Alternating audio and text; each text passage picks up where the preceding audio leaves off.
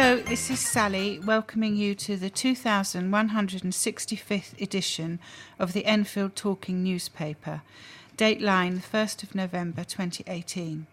The readers this week are Geoffrey, Joan and Colin, with Hass on the controls. The editor was Phillip, and the production and distribution team is Phillip, Ali and Reena.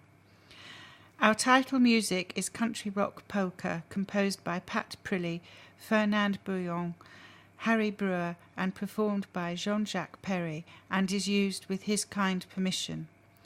The local news stories that we will be reading come from the Enfield Independent and Enfield Dispatch. The events information has been collated by us from other sources. The lead story this week is Dangerous Offenders. Before the news, we have the sunrise and sunset times for the week beginning the 5th of November 2018.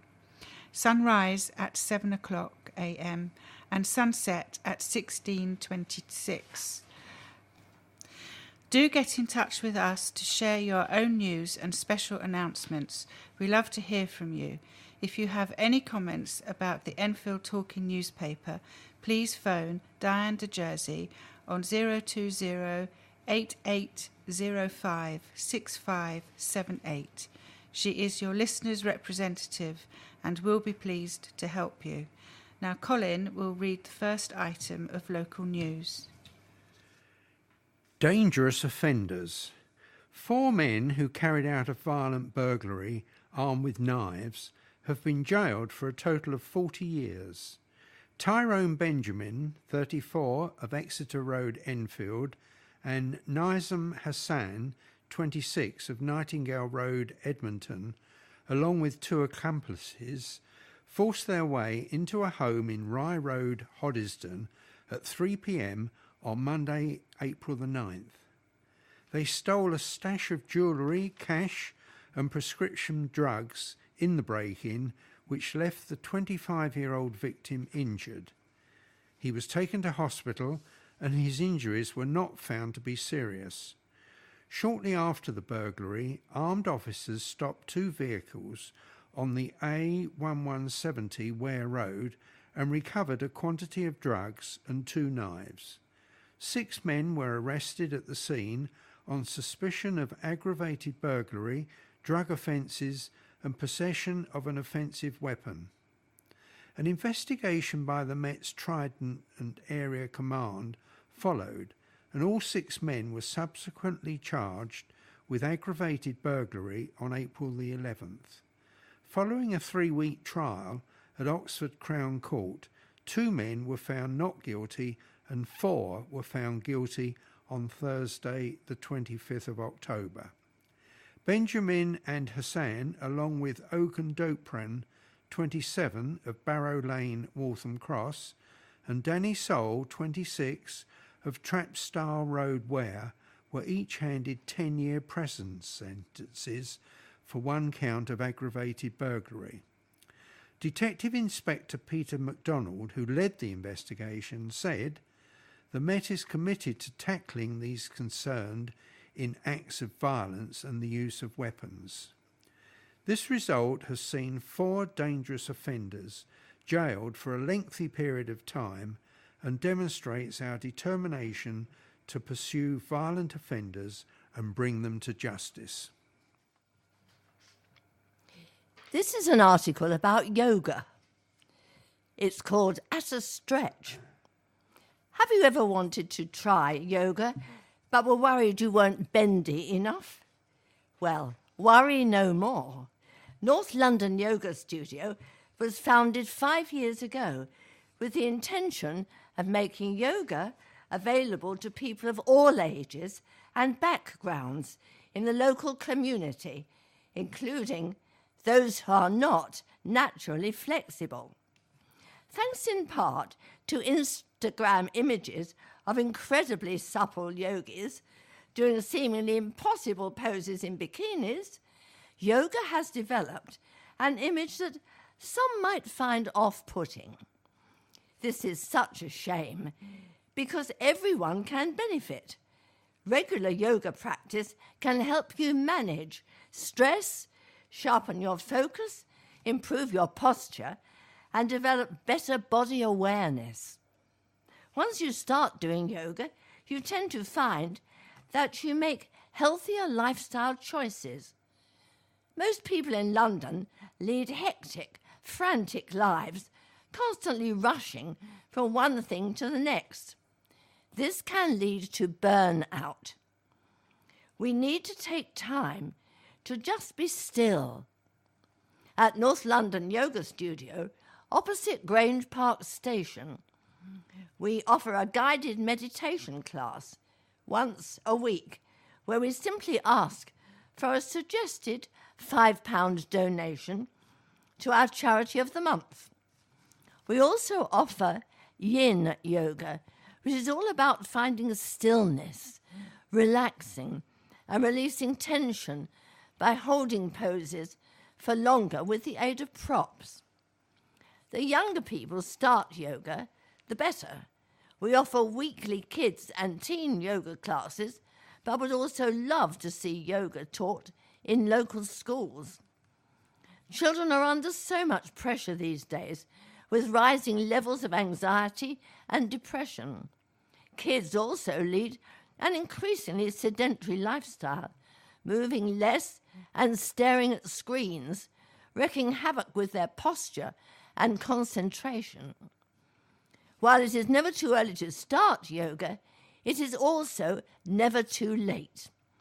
We have gentle classes on the timetable, open to people of all ages. There's no reason you can't be flexible into your 70s and 80s. In fact, the oldest yoga teacher in the world, Teo Porchon Lynch, is 100 years old.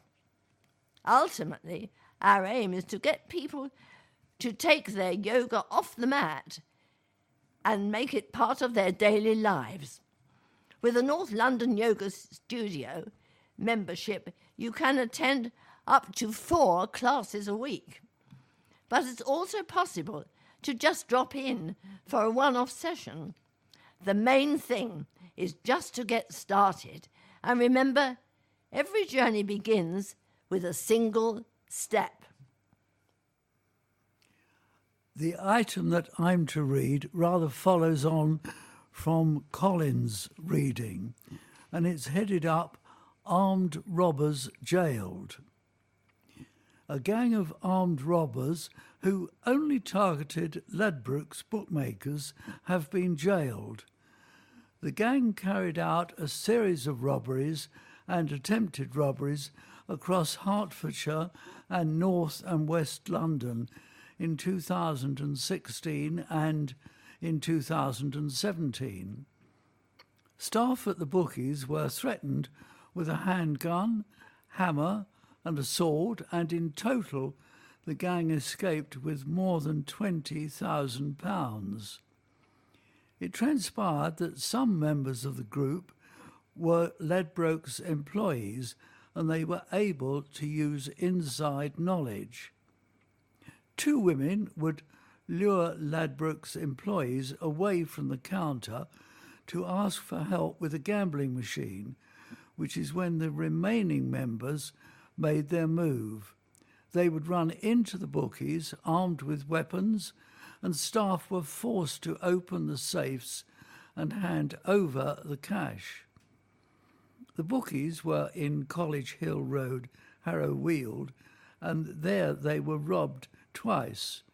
Robberies also took place in Percival Road, Enfield, Honeypot Lane, Stanmore,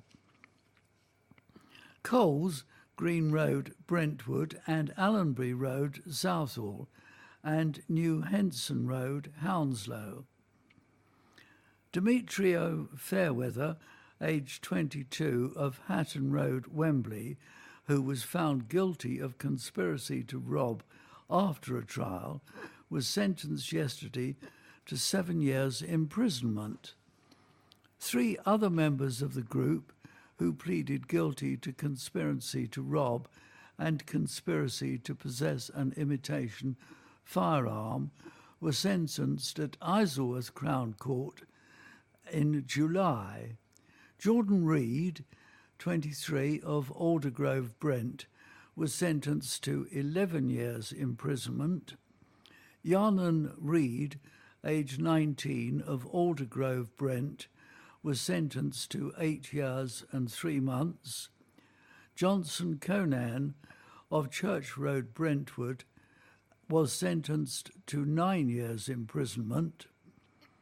Shannon Roberts, aged 21, of Downfield Road, Queen's Park, was sentenced to 6 years imprisonment after she pleaded guilty to conspiracy to rob and was found guilty after trial of conspiracy to possess an imitation firearm.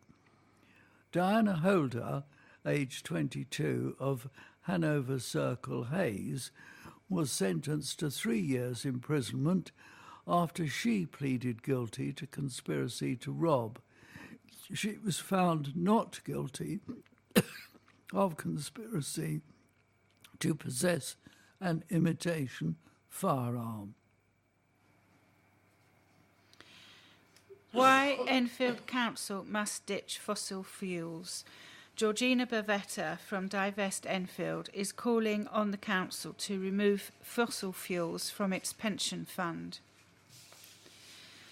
If you're lucky enough to have a pension fund, it's normal not to know a lot about what your pension fund invests in on your behalf. That's fair enough. It's difficult to find out, and life is short. But recent investigations have shown that our pension funds end up investing in some quite sinister things. Freedom of information requests reveal that Enfield Council's pension fund, which council workers and teaching assistants in our borough pay into, has more than £60 million invested in coal, oil and gas companies. This is bad because fossil fuel companies are increasingly seen as an immoral investment. They knew about climate change as long ago as the 1970s, and they have spent decades undermining action to tackle it. There are currently more fossil fuel reserves held by these companies than will ever be safe for us to burn. Their business models will lead to a devastating future. But as well as being immoral, fossil fuel companies are becoming risky investments. As clean energy becomes cheaper, fossil fuels become stranded assets that no longer make a return for the people who invest in them. Even people like Mark Carney, the Governor of the Bank of England, are now warning about this. If you have savings in the London Borough of Enfield Pension Fund, they are at risk of underperforming. Fossil-free pension funds now do either as well or even better than ones invested in fossil fuels. Divest Enfield is a growing group of people campaigning to get the council to remove, i.e. divest, its investments in fossil fuels. The best way to stop coal, oil and gas companies from holding back progress on clean energy is to rob them of their power. Divestment campaigns work. It was Global Divestment Campaign which helped bring down the apartheid regime in South Africa. Archbishop Desmond Tutu, who was involved in that campaign, is now calling for an anti-apartheid style boycott to save the planet. Divest Enfield is part of a global movement. Across the world, funds worth £4.5 trillion have already divested, including the Norwegian Sovereign Wealth Fund, New York City Pension Fund and the Church of England. We have backers locally too. Mayor of London Sadiq Khan has called on London boroughs to divest their pension funds of fossil fuels. Already Islington, Southwark and Waltham Forest have done so. In Enfield we have also now won pledges from all 3 local MPs to back a similar campaign to divest the Parliamentary Pension Fund.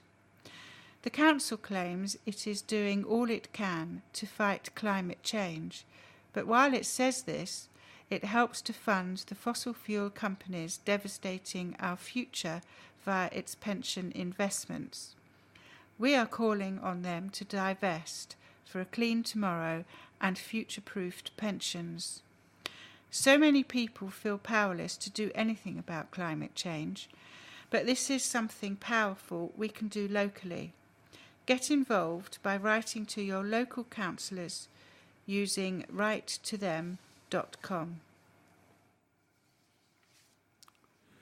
Concerns over decline in trade. Lack of parking is biggest concern for local businesses. Business owners in 2 adjacent town centres say their turnover is in decline and list lack of local parking as their biggest concern.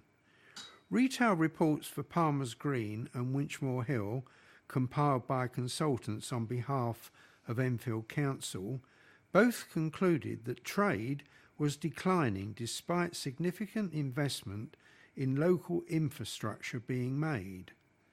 In Palmer's Green, 58% of business owners said sales were down compared to last year, and 29% said a lack of parking was the main weakness of the area. Too many vacant shops and the impact of new cycle lanes as part of the Cycle Enfield programme were the second and third most common weaknesses listed by retailers. Starbucks and Waitrose are 2 of the most significant recent businesses to quit Palmer's Green, leaving large vacant units in the town centre. However, Alderman's Hill was said to be an area that was pleasant and improving, with no empty shops at present. The cleanliness and appearance of the town centre was also praised. In Winchmore Hill, 54% of business owners said trade had declined, with 37% blaming a lack of parking and 25% blaming the new cycle lanes. While the area as a whole was said to be in reasonable health, the report states that there were several long-term vacant units causing concern. Winchmore Hill Green continues to be the most successful part of the town centre and is said to be thriving. Both reports concluded that the introduction of street markets in Palmer's Green and Winchmore Hill would help boost footfall as part of a long-term strategy that should be drawn up by the council in conjunction with local businesses. The council responded to the twin retail reports by insisting the issue of parking was being addressed and that the feedback given by retailers would be used to make further improvements. A council spokesman said, reassuringly, retailers are broadly satisfied with the performance of their shops. Retailers in both town centres recognise that the vast majority of their customers live nearby, indicating the importance of making these town centres accessible by foot, bike and public transport. Though for a minority of retailers parking was identified as an issue, the council has already responded to this concern by providing a number of free short-stay parking bays in both Palmer's Green and Winchmore Hill. Retailers are also keen to see improvements to the public realm, and though there was a degree of disruption while the A105 scheme was being constructed, our Cycle Enfield programme has already delivered a wide range of enhancements, including better pavements, more seating and more greenery. Importantly, the results from these surveys will help inform the work we will do to enhance our town centres. This is a letter from a G.A. Musey in response to one from a Mr. Hains called Safer for Everyone, talking about Enfield cycle lanes. I am not anti-cycling and have not been campaigning against cyclists. Cyclists and motorists who obey the law have my full support. My opposition to Cycle Enfield is long-standing because cycle lanes along the A105, green lanes, have reduced space for other vehicles, causing congestion.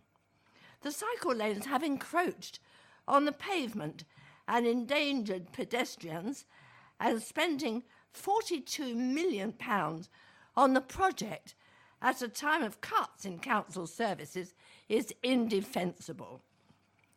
I have not manipulated casualty figures. They were published in the national press on the 1st of October under a heading, Calls for New Law as Cyclists Injure More Pedestrians. Mr. Hains seemed to be suggesting that cyclists should be spared police action because motorists cause more casualties. Riding on the pavement is a law breaker, and it is right that the police should take action. They should not pick and choose which law to activate. All laws should be enforced. Otherwise, why make them? I'm reading an item now which is headed up Local, named Best Boozer in London. The Little Green Dragon in Winchmore Hill wins Camera Award. A pub that opened just last year on the site of an old hairdresser's has been named the best in London. The Little Green Dragon in Winchmore Hill is Enfield's first micro pub and only serves real ale. It is named after the former Green Dragon pub around the corner, which closed in 2014 and is now a supermarket. It's taken us by surprise, Richard says, who runs the pub in Green Lanes, along with his wife Sujal, and told the Dispatch, "I never thought when we opened in just a year's time we'd be named the best in London." The award was made last month by the London branch of the Campaign for Real Ale, CAMRA, after the Real Little Green Dragon had earlier been judged the best in Enfield and Barnet. It only opened in August 2017 after Richard quit his job in IT to become a publican. He said, "I discovered a micro pub in Kent and I loved the concept. So I decided to do a sponsored bike ride around all the micro pubs in the country. They tend to be converted from shops and specialise in real ale. I get depressed whenever I see pubs closing, but I met a lot of people along the way who had quit their jobs to run these micropubs, and there wasn't anything like it in Enfield. So I decided to give it a go." The Little Green Dragon dispenses with a lot of the usual distractions you'd find in many pubs. We have no slot machines or television, and instead we just focus on serving good beer. Some micropubs even ban mobile phones, but Richard hasn't taken it that far yet. Because of the lack of space, a lot of people come in and end up sitting next to strangers and therefore striking up a conversation, Richard reports. "We don't have loud music or TV screens, so people make their own entertainment, although we do have some old-fashioned board games. Among the real ales served at this pub are beers from local breweries such as Enfield from Edmonton and Bohem from Tottenham." Council leader joins call for bus links. The leader of Enfield Council has joined calls for better public transport links to a hospital amid concerns over accessibility. Councillor Nessel Kaliskan has called for Transport for London to look at improving the routes to Chase Farm Hospital so patients can travel there without any difficulty and the least disruption possible. In a letter to Gareth Powell, TfL's Managing Director of Surface Transport, the council leader pointed out that a bus link from Oakwood Underground Station would reduce the number of changes for patients travelling to the hospital on public transport. It follows complaints from Enfield Over 50s Forum over plans to move some operations carried out at Royal Free Hospital in Hampstead, including hip replacements, 12 miles away to Chase Farm Hospital. This means people travelling in from Hampstead will have to take one or more trains to Oakwood Station and then take 2 buses or walk for more than 2.5 miles to get to the hospital. The Over 50s Forum has called on Transport for London to reroute either the 377, 121 or 307 from Oakwood Station all the way to Chase Farm. But TfL has ruled out rerouting the services, claiming this would significantly increase journey times for all customers. Jeff Hobbs, TfL's Director of Public Transport Service Planning, said a large number of high-frequency routes operate from Enfield Town Centre, with the Mayor's bus hopper fare allowing for unlimited journeys on a bus within an hour for just £1.50. Easy links from Oakwood Station and beyond are now possible. We are happy to work with the borough to ensure changing buses in town centre is as easy as possible. Armistice centenary to be marked. Events planned to remember the First World War. Events are taking place across the borough this month to mark 1 century since the armistice that ended the First World War. Remembrance Sunday parades will take place in Edmonton, Enfield Chase and Southgate on the 11th of November, exactly 100 years after arms were laid down on the Western Front. Wreaths will be laid at the war memorials before prayers, blessings and a moment of silence are held. At least 2,739 local people who served in the war were killed between 1914 and 1918. Their names are now listed in a book of remembrance that can be viewed at libraries in Enfield Town, Palmer's Green and Edmonton Green, as well as the Enfield Local Studies Library and Archive at the Dugdale Centre. A range of other events are also being held this month to mark the centenary. Christchurch Southgate in Waterfall Road is hosting a free exhibition called Southgate Remembers between Sunday the 4th and Sunday the 11th of November. A lecture on the poetry, art and music of Wilfred Owen and his contemporaries is being hosted by the Arts Society Enfield at Jubilee Hall in Parsonage Lane on Thursday the 15th of November. Historian Dennis Moriarty will explore the development of art and poetry during the period of the First World War before looking at Owen in depth. Tickets for the lecture cost £36 or £30 for members and can be booked by calling 0208 367 7374. St Mary Magdalene Drama Group is performing a selection of poetry and readings from the First World War between Thursday the 15th and Saturday the 17th of November at St Mary Magdalene in Windmill Hill, Enfield. Tickets cost £10. Enfield Society is also hosting a talk by local history speaker and guide Joe Studman on Wednesday the 28th of November from 2 p.m.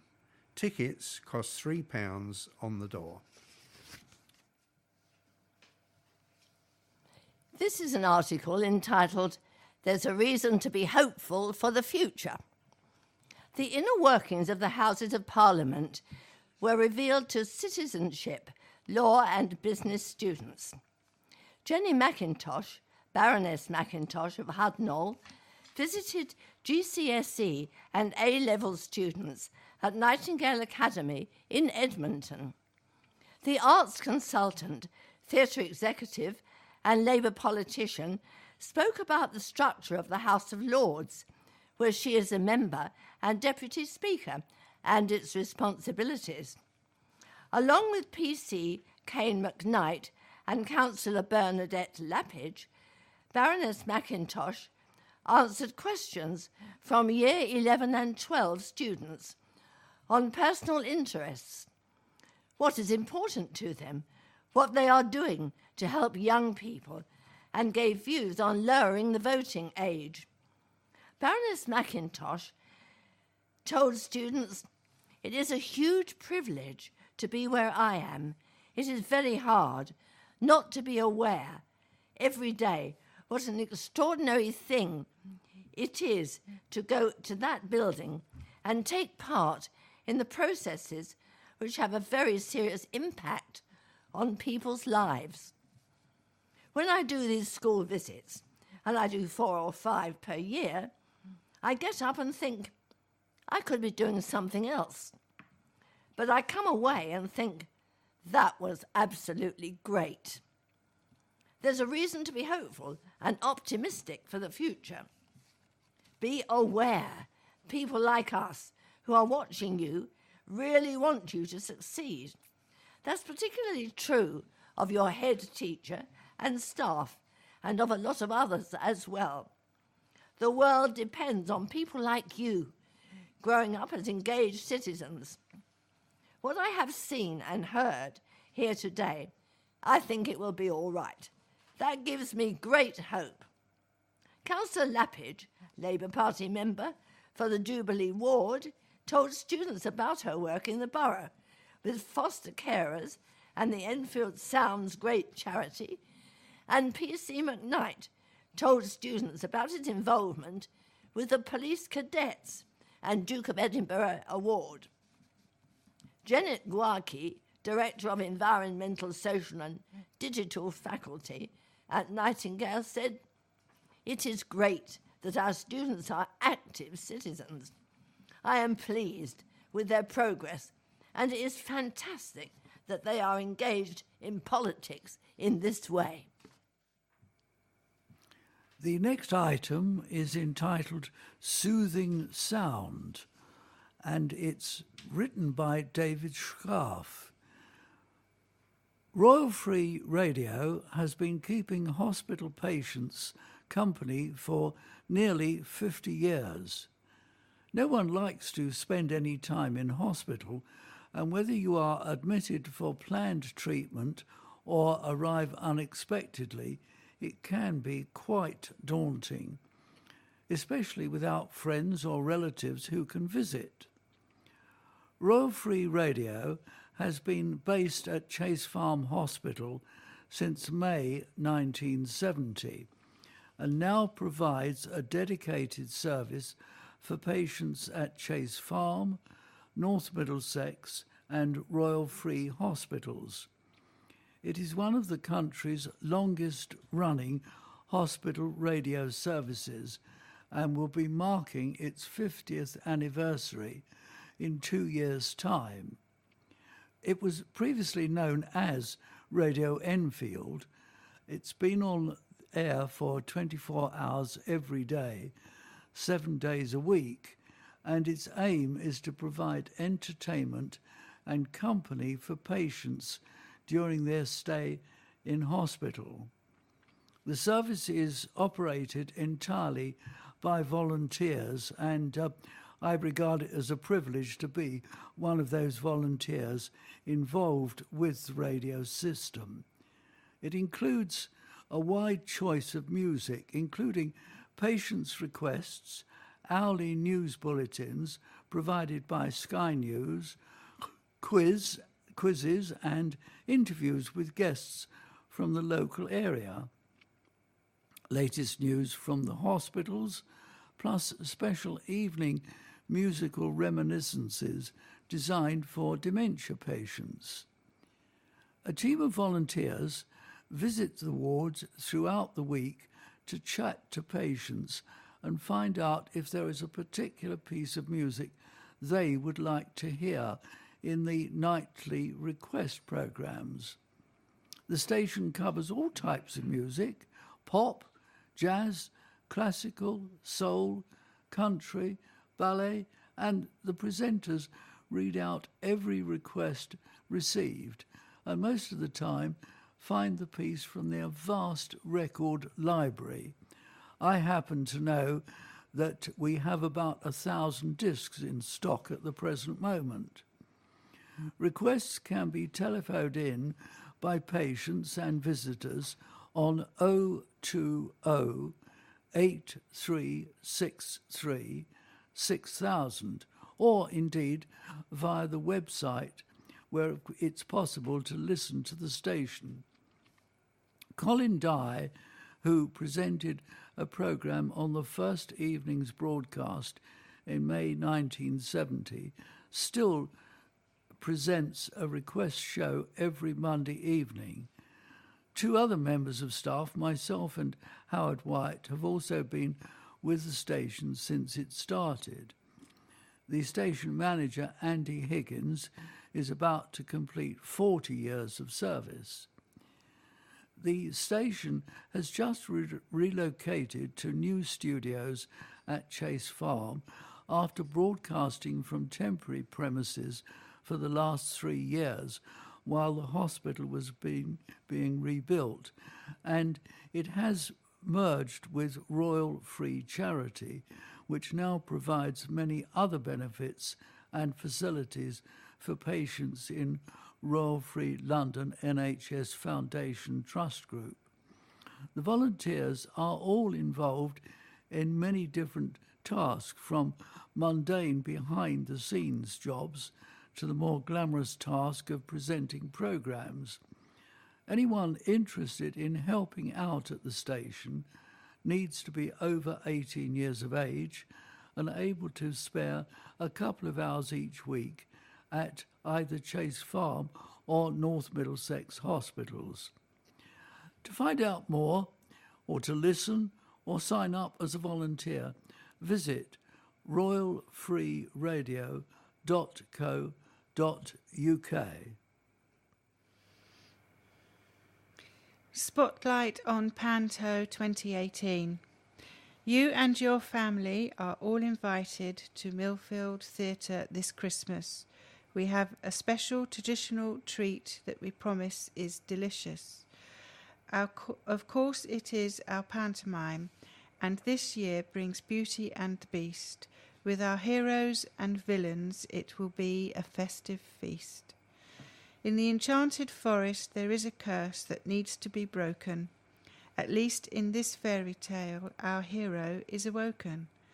Under the surface there is always more to be seen, like last year's giant beanstalk from one small bean. All the fun starts 29 November. I wrote this poem to help you remember. So get your tickets quick and don't miss a trick. I need all the help I get, everyone on duty. Lots of love from your very own Beauty. And now for a sporting item, looking at the fortunes of Enfield Town Football Club. A trip to Basingstoke Town is Enfield Town's reward after Liam Hope's late winner secured a 1-0 victory at Lowestoft Town in the first qualifying round of the FA Trophy.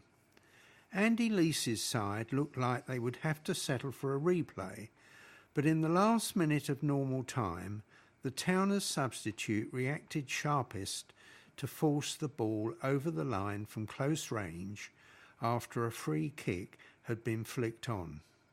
It gave Enfield their first win in 7 attempts at Crown Meadow, and they will now travel to Hampshire to face the Southern League Premier Division South side in the second qualifying round on Saturday, November the 10th.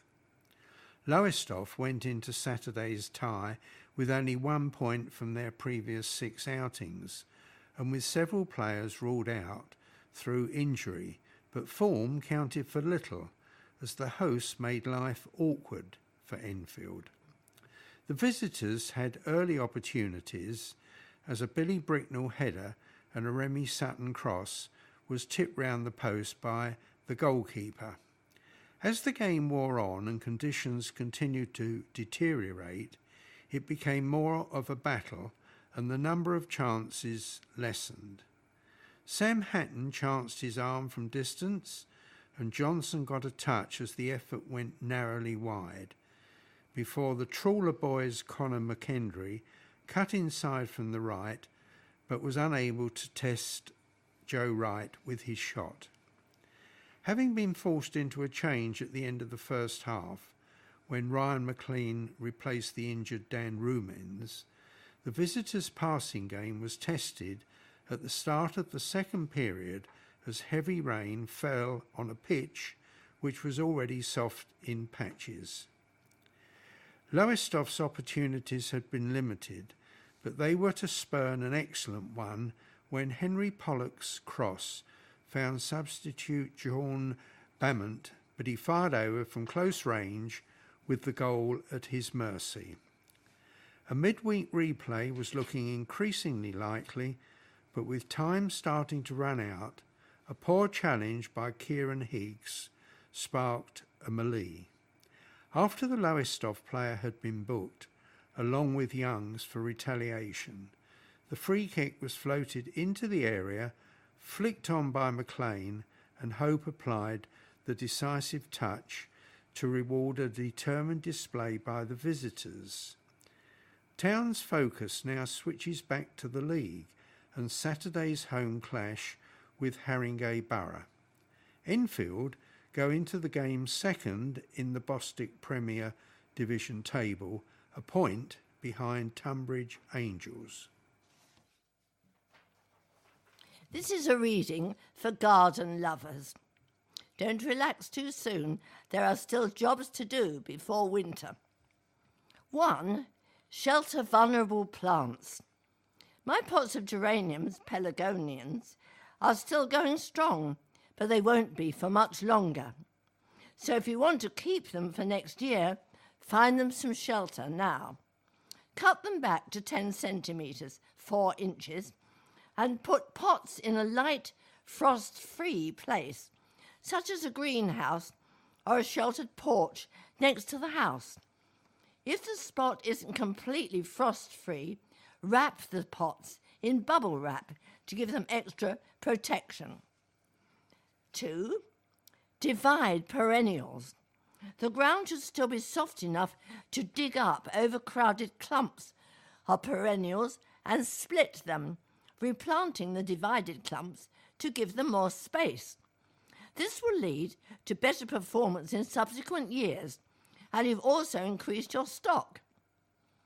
Good subjects for division include Crocosmia, Rudbeckia, Helenium, Cranesbill geranium, and catmint. You can also lift and divide hostas, but you will need a very sharp knife. 3. Trim hedges. Try to do this when the weather's still fine. You don't want to be getting the hedge trimmer out when it's pouring. If you tidy evergreen hedges now, they will look neat until next year, as they won't put on much new growth during the cooler months. Also, trimming now may save you a bigger job in spring, when you also risk disturbing birds' nests. 4. Get rid of the last of the weeds. Try to dig out any pernicious perennial weeds you see lurking, such as bindweed, couch grass, and ground elder. You'll need to dig them out completely, root and all, as if you leave any fragments of root in the soil, they will come back in spring. 5. take cuttings. Want to increase your stock? It's a perfect time to take hardwood cuttings of shrubs, including weigelas, roses, dogwood, philadelphus and willow. They can often be grown on outdoors in a prepared trench. Select vigorous, healthy shoots grown in the current year and remove the soft tip growth. Cut into sections 15 to 30 centimetres long, cutting cleanly above a bud at the top with a sloping cut to shed water and as a reminder which end is the top. Cut straight across the base, below a bud or pair of buds. Dip the base into hormone rooting powder, make a slit trench in a well covered. I'll read that bit again. Dip the base into hormone rooting powder, make a slit trench in a well-cultivated but vacant area of the garden. Push the cuttings in vertically, 30 centimetres apart, and firm the soil back around them, closing the trench. Water them in. This time next year, they may have rooted enough to be moved. This job can be done at any time between mid-autumn and late winter. This item is very recent news. It comes from a publication on October the 31st, and it's headed up, "Man taken to hospital after stabbing."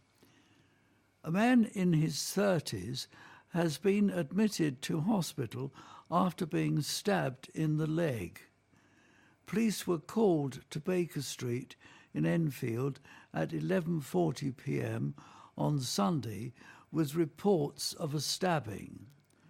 A man believed to be in his 30s was found suffering from stab wounds in his leg.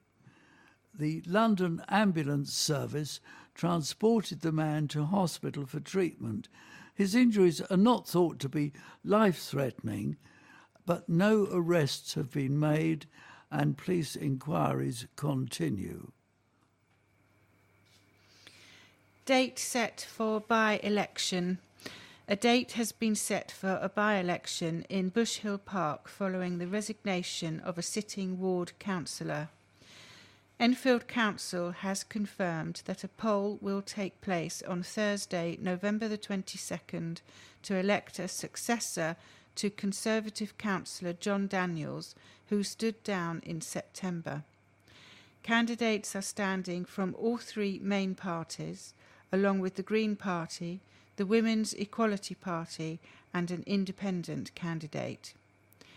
Bevan Betton will stand for Labour, James Andrew Hockney on behalf of the Conservatives, and Robert John Wilson for the Liberal Democrats. The Green Party will be represented by Benjamin Charles Maiden, and Tulip Hambleton will stand for the Women's Equality Party. Errol Ovayolu is standing on the independent platform. Councillor Daniels triggered the by-election when he resigned with immediate effect on September the 24th, a decision he said was due to the pressures of balancing a family and work life. The move left the Conservative group with 14 members on Enfield Council, down from 17 following the local elections in May. Two councillors, William Coleshill and Stephanus Ioannou, have been suspended by the Conservatives and are currently sitting as independent members of the council. The deadline to register to vote for the Bush Hill Park by-election is Tuesday, November the 6th, and more information is available on the Enfield Council website. Revealing Enfield's wartime history. Secret wartime history to be revealed in a new museum. Enfield's Trent Park has a remarkable place in our history. Once home to the Bevan and Sassoon families, it was at the centre of some of the most defining moments of the 20th century. During the Second World War, it took on a top secret role that would not be revealed for nearly 70 years. Last year, Historic England formally concluded that Trent Park's wartime work was of considerable national and international historical interest, which bears comparison to the code-breaking work at Bletchley Park.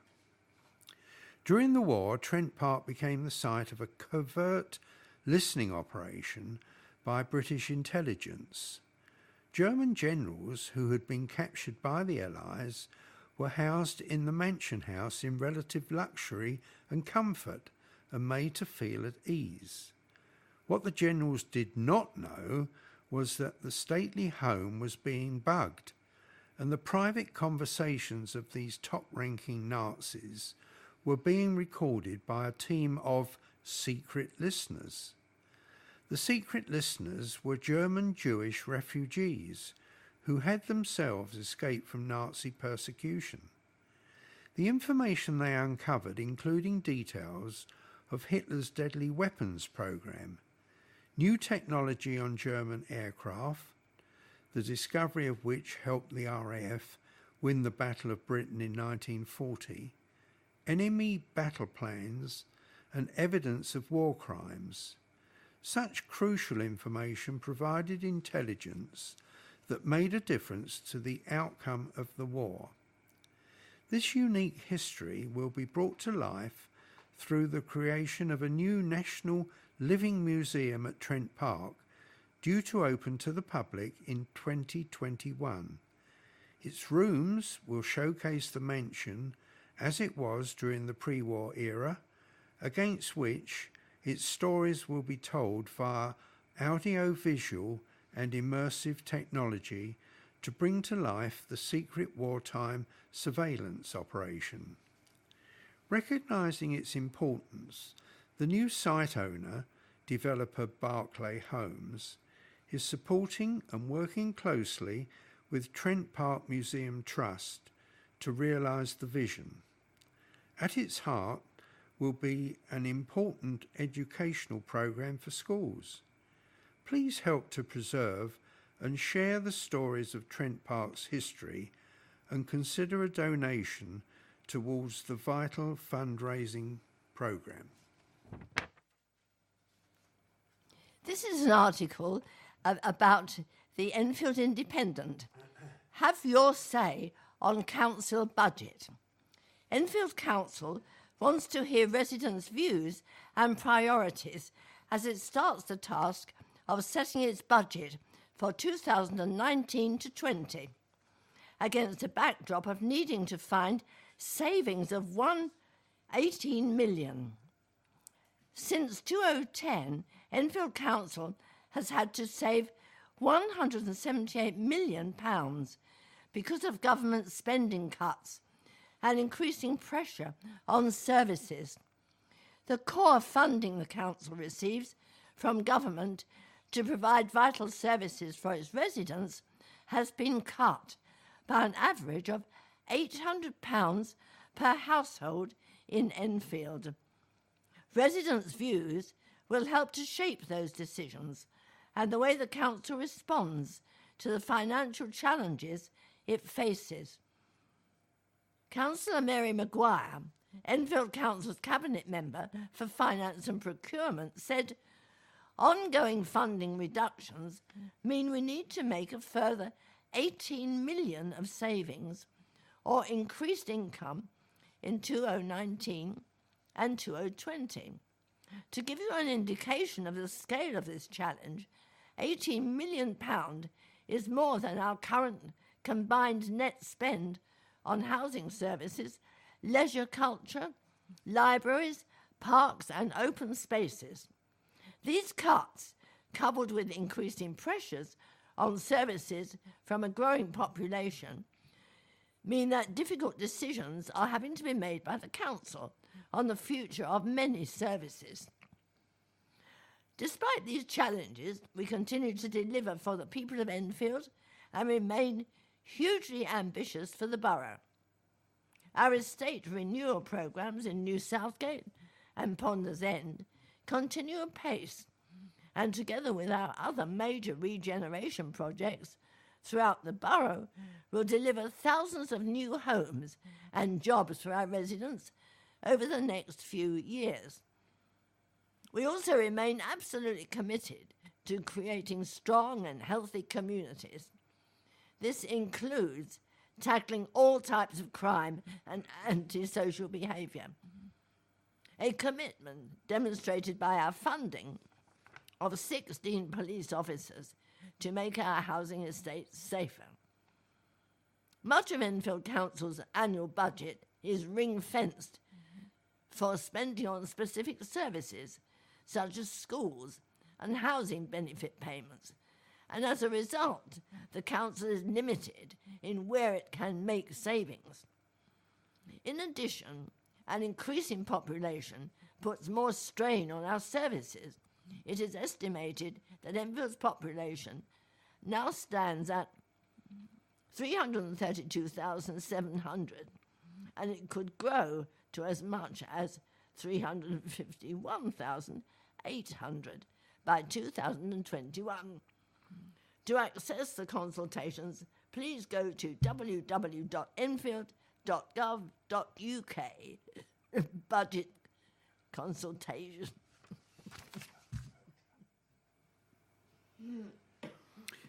This item is also about cash and housing and Enfield.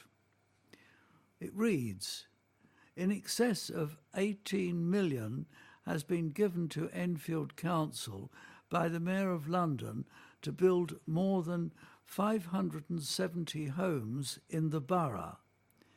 The cash comes from the Mayor's Building Council Homes for Londoners Fund, and along with right to buy receipts and prudential borrowing, it will support the delivery of 570 new council-owned affordable homes for local people. The leader of Enfield Council, Councillor Nezil Khalisan, said, I'm delighted that our bid for funding has been successful. There is a chronic shortage of housing in Enfield, and this funding will help drive the construction of more than 570 homes in this borough, which will be available at London affordable rent levels. We've got too many residents in need of family-sized homes and far too many people in temporary accommodation. Enfield Council has ambitious plans for house building in the coming years, and this funding will support and complement the work we are doing and help us to get more families into good quality, desperately needed family homes. We're committed to tackling the housing crisis, but it does require cooperation across all levels of government to ensure that the massive council house building programme that is required can really commence, and we can start to address this huge challenge. As well as providing funding, the Building Council Houses for London programme offers boroughs an innovative way to ring-fence the right to buy receipts to invest in new homes, alongside expertise and resource from City Hall to scale up their building programmes. More than 5,000 thefts committed on the Tube. More than 5,000 thefts were committed on the London Underground last year. The figures came from Freedom of Information request obtained by the British Transport Police, showing the figures between the 1st of August 2017 and the 31st of July 2018. The exact figure is 5,153, a stark contrast to the 3,800 thefts reported the year before.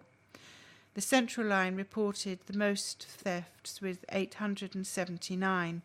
This was followed by the Piccadilly Line, which recorded 864, and the Victoria Line, which recorded 726.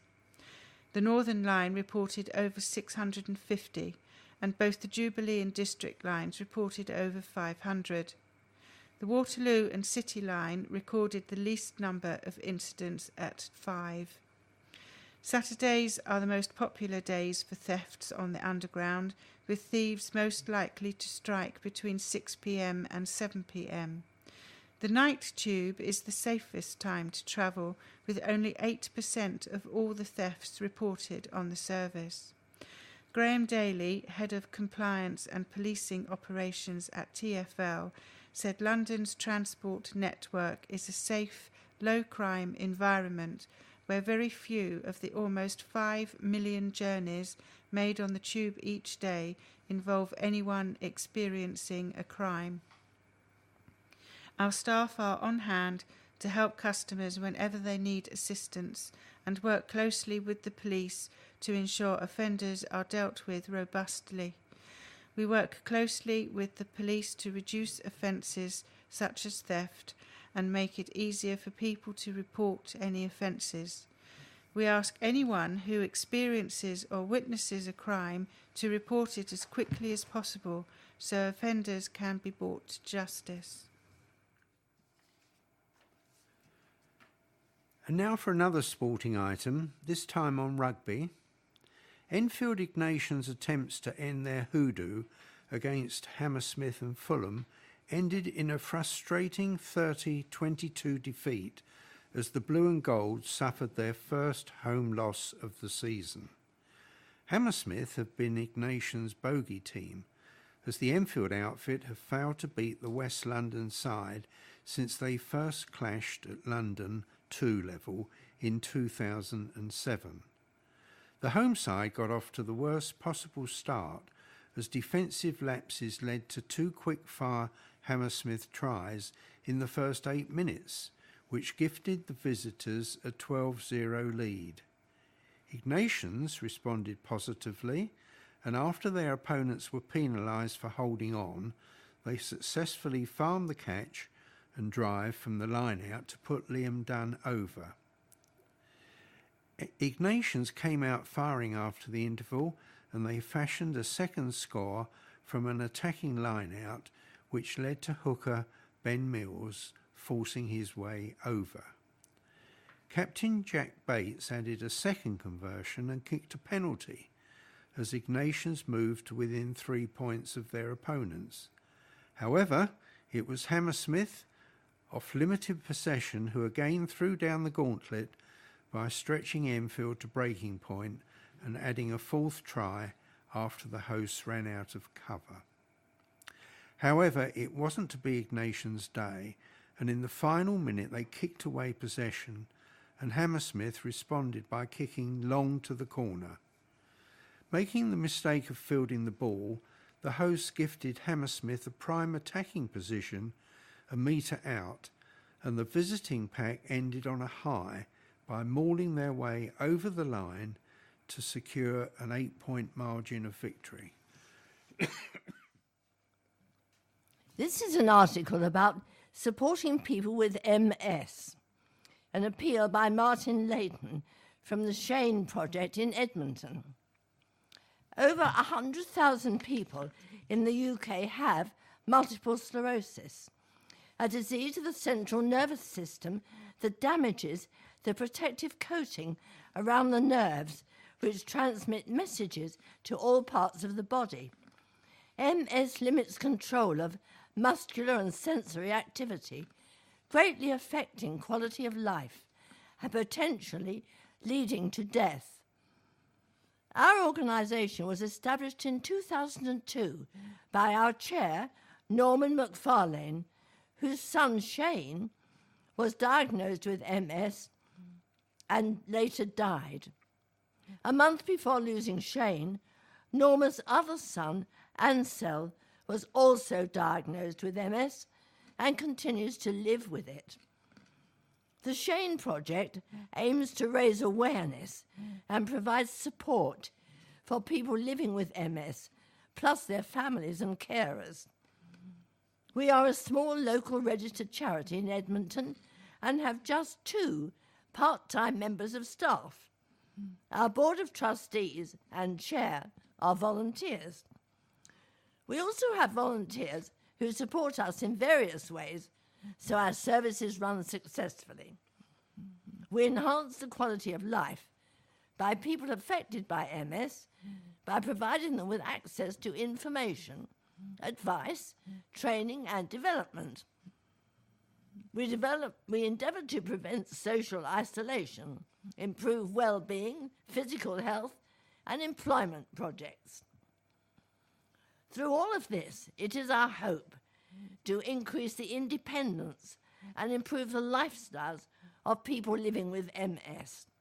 Like any small charity, we rely on donations to continue our much-needed services, such as Seated Tai Chi, monthly peer support network club of reflexology, teleconferencing to members, and inclusive cycling. Please consider joining us as a member or supporter.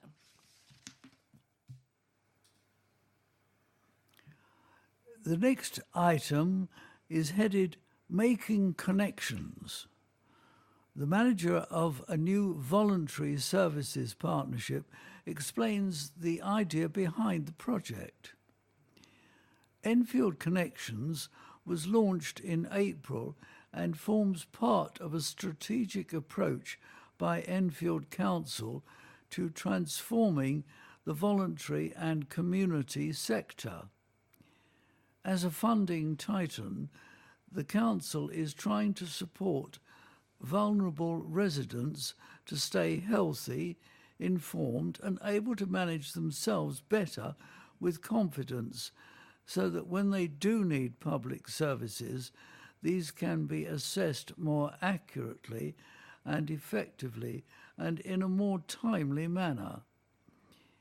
Enfield Connection operates as a partnership service overseen by Community Barnet and delivered through Mind in Enfield Citizens Advice Centre and also by Enfield Disability Action, Age UK Enfield and the Homeless Resource Centre.